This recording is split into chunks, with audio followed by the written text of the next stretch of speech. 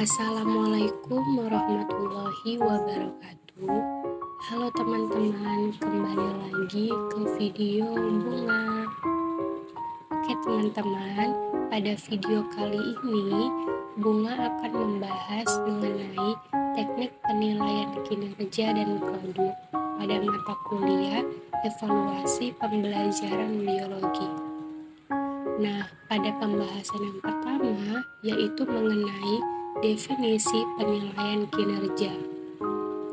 Penilaian kinerja merupakan metode mengevaluasi dan menghargai kinerja yang paling umum digunakan.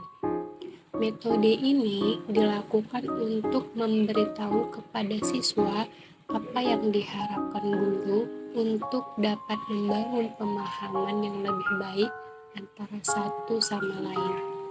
Penilaian kinerja ini juga disebut sebagai peninjauan kinerja, evaluasi, dan mengkomunikasikan hasil proses tersebut kepada siswa itu sendiri. Yang kedua yaitu langkah-langkah penilaian kinerja. Nah, yang pertama yaitu mengidentifikasi tujuan atau sasaran yang menjadi target sebuah pembelajaran. Yang kedua, menetapkan kriteria terhadap suatu posisi. Ketiga, menentukan sistem penilaian kinerja. 4. Melakukan penilaian kinerja kepada siswa dalam pembelajaran. Yang kelima, hasil dari penilaian kinerja dianalisis dan didiskusikan kembali kepada siswa yang dinilai agar mereka mendapatkan gambaran atas kinerja yang telah mereka lakukan. Yang ketiga yaitu definisi portofolio. Nah, secara etimologi, portofolio berasal dari dua kata, yaitu port atau singkatan dari report yang berarti laporan dan folio yang berarti penuh atau lengkap. Jadi, portofolio ini dapat diartikan sebagai laporan lengkap segala aktivitas seseorang yang dilakukannya. Namun secara umum dalam dunia pendidikan sendiri, portofolio merupakan kumpulan hasil karya siswa atau catatan mengenai siswa yang didokumentasikan secara baik dan teratur. Apa sih tujuan portofolio? Nah, tujuan portofolio adalah yang pertama, menghargai perkembangan yang dialami oleh siswa. Kedua, mendokumentasikan proses pembelajaran yang berlangsung.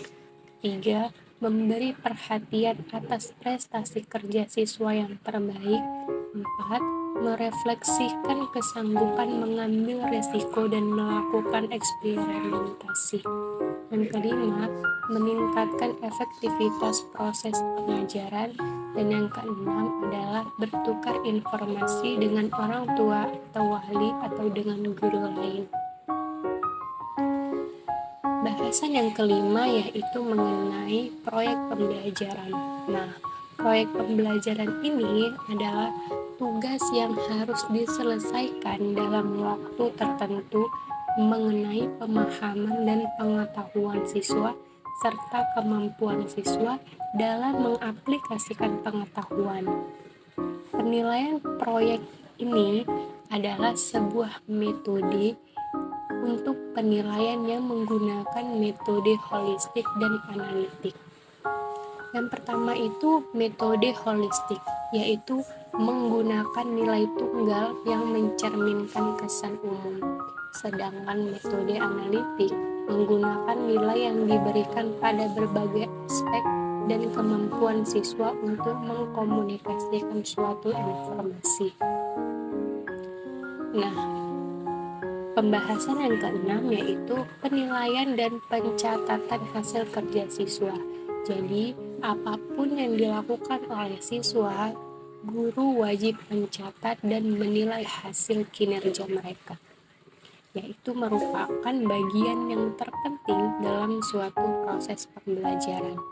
Penilaian ini bertujuan untuk menilai kinerja siswa dalam melakukan tugas, memperoleh informasi dan menjadi motivasi bagi siswa untuk membangun kemampuan dan keterampilan. Nah, sikap yang dapat dinilai dalam teknik penilaian kinerja dan produk ini adalah kerja tim, kreativitas, inisiatif siswa, ketekunan siswa, keterampilan siswa, dan sikap lainnya. Definisi dari penilaian merupakan istilah umum yang mencakup semua metode yang biasa digunakan untuk menilai kinerja peserta didik dalam proses pembelajaran. Salah satu tahap penting dalam proses penilaian adalah pengumpulan informasi.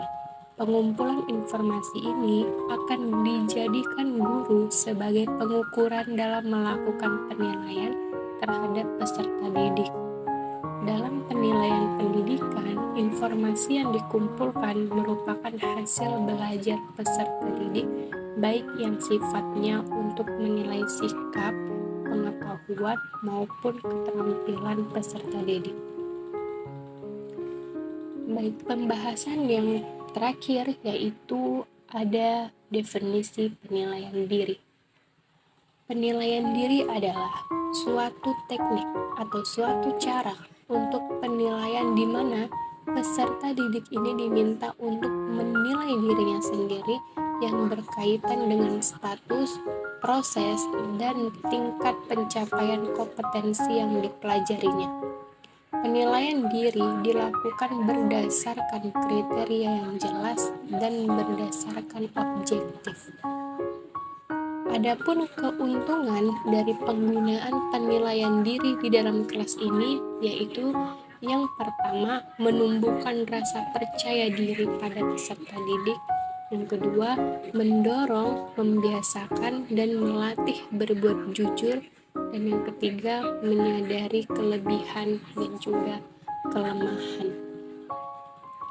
Jadi, teknik penilaian kinerja dan produk ini sangat penting dilakukan oleh seorang guru agar guru itu dapat melihat bagaimana perkembangan kemampuan dari siswanya itu sendiri. Dapat dinilai dari sikap siswa, dari pengetahuan siswa, dan juga pada keterampilannya. Mungkin itu saja yang bisa Bunga sampaikan. Semoga apa yang disampaikan dalam video ini dapat bermanfaat bagi teman-teman semuanya. Wassalamualaikum warahmatullahi wabarakatuh. Terima kasih.